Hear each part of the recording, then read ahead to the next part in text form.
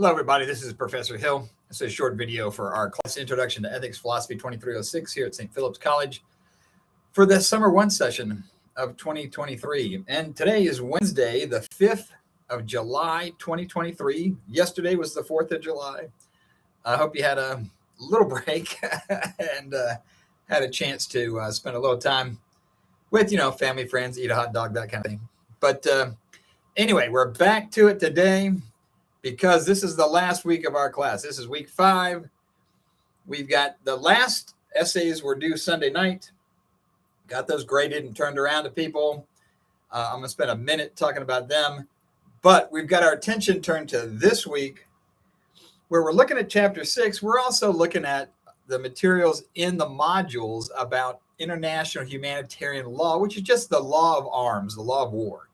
These are the rules that govern armed conflict, the Geneva Conventions that many people have heard about. These are the rules that you can't, blow up hospitals or shoot prisoners, these kind of things. There's a set of rules that govern this. And they're based on the international laws, the treaties, the binding conventions. They're based on shared interest and shared values. They're based on a morality about what shocks the conscience of even combatants in armed conflict. So we're also looking at that. We're not going to have to go into the whole thing because it's a giant, large, complicated field of study. We're just going to look at a little bit about the definition and talk about this case study that we're also looking at, because it's going to be due Friday night, not Sunday night, Friday night. Because this week is going to end. The college is closed on Friday, so it actually ends. The course ends tomorrow, Thursday. But I gave people through Friday night, the 7th, to turn in their essays. And then what I'll do is, again, just pushing this into the weekend, grade them on Saturday, Sunday, turn them in on Monday. And so that's when grades are due. So anyway, it turns out that that's the calendar and the schedule that we're looking at. And a couple things before I get to this week's case study. The last week, again, I mentioned this on, I guess it was Monday's video. They looked really good. They all got graded. They look fine. People have got the rhythm and the habit.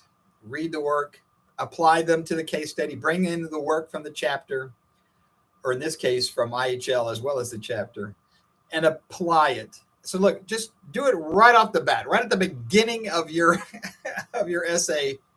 Put it right in front so that you don't forget it as you're working on it and thinking about it and typing it. Make sure it's in there. The other thing too is when we're talking about moral theories and applying them to the case study in terms of because I keep asking you, what do you think? Is it right or is it wrong? Well, I want you to use the tools from the chapter, from the book, from our textbook, Doing Ethics by Lewis Vaughn, to describe your thinking. That's the important piece here. And what you have access to, I've mentioned this once or twice before, you know what you're thinking. So you can describe that in terms of ethics. Some of the folks have been trying to take those terms and apply them to what somebody's thinking, the Nash family or the paramedic or whatever. Well, we don't have access to that. We have access to the judgments they made and the actions they took, but not to their thinking and the rationale behind that. But you have that for you. You know what you're thinking and why, and what best describes your thinking. Is it consequentialist? Is it non-consequentialist? Apply those terms and concepts to the case study, meaning apply them to you and your thinking. I'm curious about what you think about all this stuff.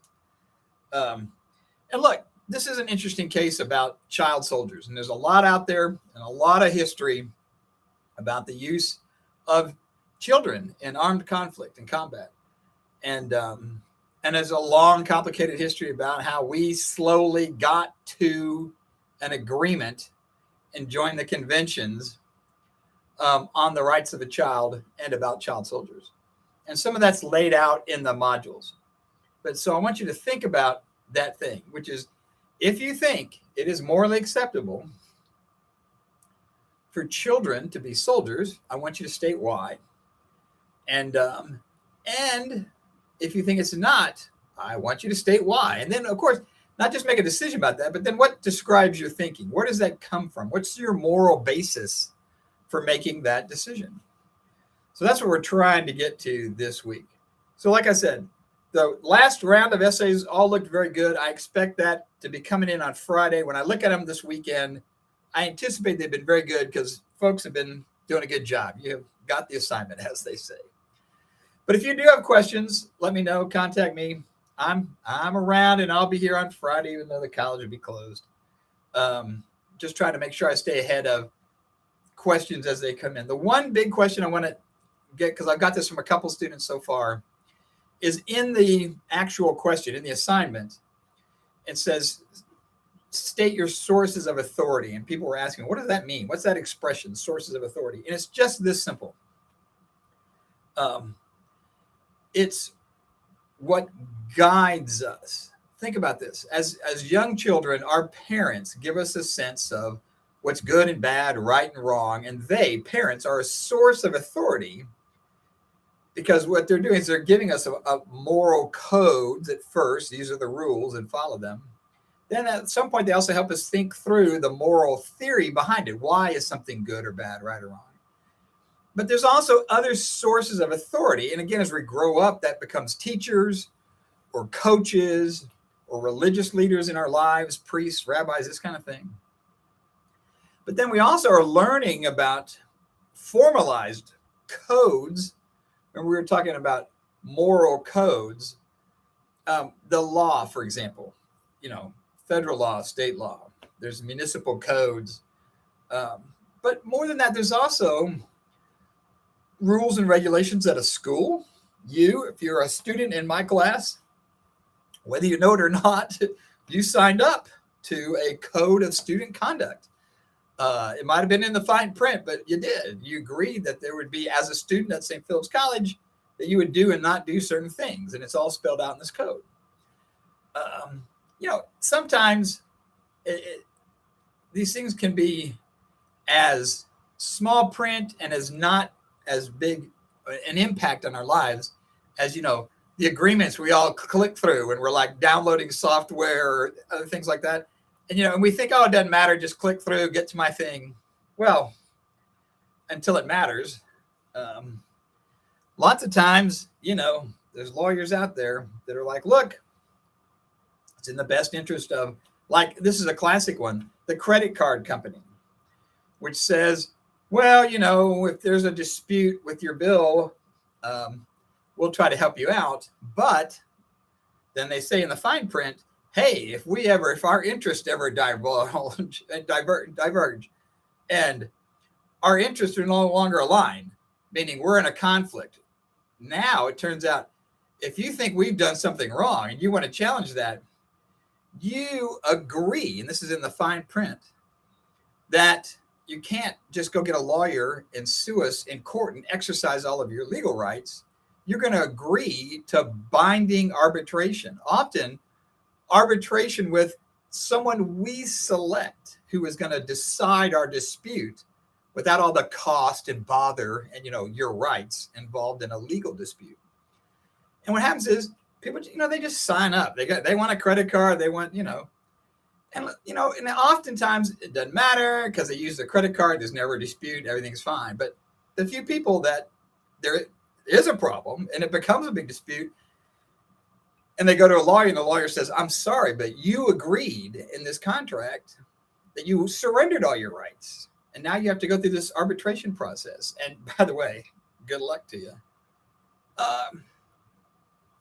That's a source of authority that you've agreed to.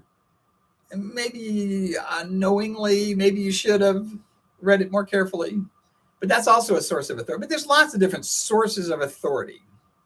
They are the sources behind the formal moral codes, like a credit card contract or IHL, international humanitarian law. And sometimes it's also, again, these are things we can opt into and opt out of, like, religion. Roman Catholics famously have a large code of canon law.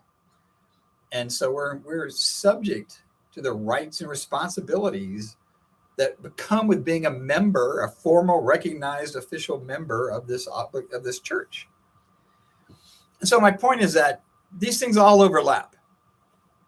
We have students that are, active military at all the bases around town, Lackland or Fort Sam. And if they're driving down the road from base to campus to take a class, and then they show up here and take a philosophy class, and let's also just throw in a wrinkle that they're Catholic. Well, suddenly look at all the sources of authority that govern that airman, that soldier driving down the road. Because there's all of the code, the UCMJ, Uniform Code of Military Justice, that governs their actions as a soldier or as a, active duty member of the military.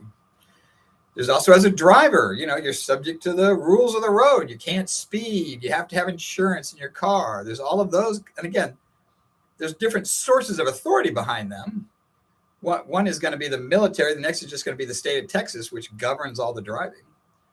But also subject to other things like, as I mentioned, a Catholic, subject to the code of canon law. They're going to be a student at St. Philip's and subject to our, code of student behavior. So these things can all overlap. And that's all I mean by that, which is in terms of if I ask you a question about, do you believe this is right or wrong? I want you to explicitly identify the source of that. What's the source of authority behind your thinking on that? So that's worth spending a little time on. So don't rush through this last very important final assignment, the last case study. Okay. So if you got questions, let me know. I'm here with you to the bitter end, but it's coming soon. It's this week. It's Wednesday. Day after tomorrow is Friday. And the last thing is due that night. It is the final assignment. Nothing else. Just going to be these assignments that have been laid out the whole time. All right. Contact me, call me, write me. Let me know if I can be of any help to you. I'll be taking questions as they come in. All right. Take care, y'all. Talk to you soon. Bye.